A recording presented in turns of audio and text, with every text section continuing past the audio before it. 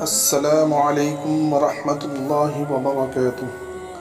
آج کا پیغام حضرت ابو سعید خدری رضی اللہ تعالی عنہ سے روایت ہے کہ رسول اللہ صلی اللہ علیہ وسلم نے ارشاد فرمایا، میں کیسے چین سے رہ سکتا ہوں جبکہ سور پھونکنے والے نے سور کو منہ میں لیا ہوا ہے اور کان اللہ کی اجازت پر لگائے ہوئے ہیں کہ کب اس کو سور پھونکنے کا حکم ملتا ہے کہ وہ سور پھونکے۔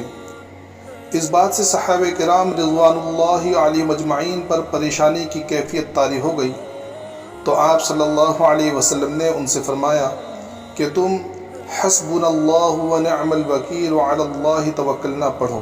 ترجمہ: اللہ تعالی ہمیں کافی ہے اور وہ بہترین کارساز ہے، ہم اللہ ہی پر بھروسہ کرتے ہیں۔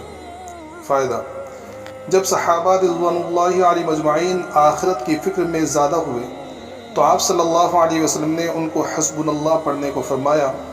اس سے معلوم ہوتا ہے کہ پریشانی یا صدمے کے وقت اس کا پڑھنا نہایت ہی مجرب اور مشکلوں کو دور کرنے میں یہ اکثیر ہے۔ چنانچہ حضرت ابراہیم علیہ السلام کو نمرود نے آگ میں ڈالا تو اس موقع پر بھی حضرت ابراہیم علیہ السلام کی زبان پر یہی جملہ تھا۔ اسی طرح جب آپ صلی اللہ علیہ وسلم کو بتایا گیا کہ دشمنوں نے آپ لوگوں کے مقابلے میں ایک لشکر جمع کیا ہے، ان سے ڈرنا چاہیے، تو اس نازک موقع پر بھی آپ صلی اللہ علیہ وسلم نے یہی فرمایا، حسبنا اللہ ونعم الوکیل۔ اللہ تبارک و تعالی ہم تمام کو آخرت کی تیاری کرنے کی توفیق عطا فرمائے اور ہم تمام کو ہر مصیبت سے نکلنے کی توفیق عطا فرمائے، آمین۔